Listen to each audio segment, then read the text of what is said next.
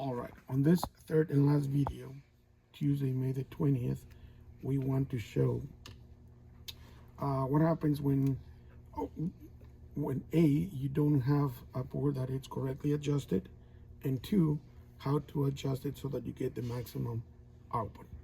Again, same situation. We brought in 480. The board, it's enabled. It just has no Sekai or delay angle command, and therefore we have a red LED. Now, in this particular case, the span and the bias potentiometers are set at 100%, and we are still monitoring our three signals.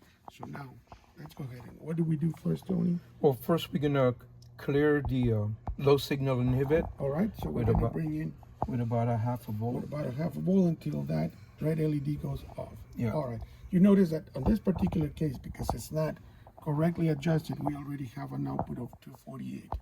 So, okay, now that we've done that, what do now we we're do? gonna adjust the bias spot until the channel 2, the duty cycle, goes to about the maximum, about 98. 98%. 97.8. All right. So we've actually used with 100%, adjusted the bias until we increase the duty cycle of test 0.8 until we get the maximum. All right. And then you can see that the output is now 3.4. To 3.4 volts AC. Right. The waveform here went back to close to zero. All right. What's next, Tony? And now we're gonna take it up to full on. Full on. With 5 volts. 5 volts on Sekai.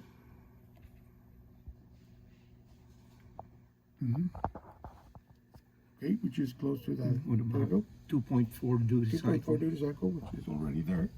Now we're gonna adjust the span pot until the duty cycle starts to move. It starts to increase. And then put it back.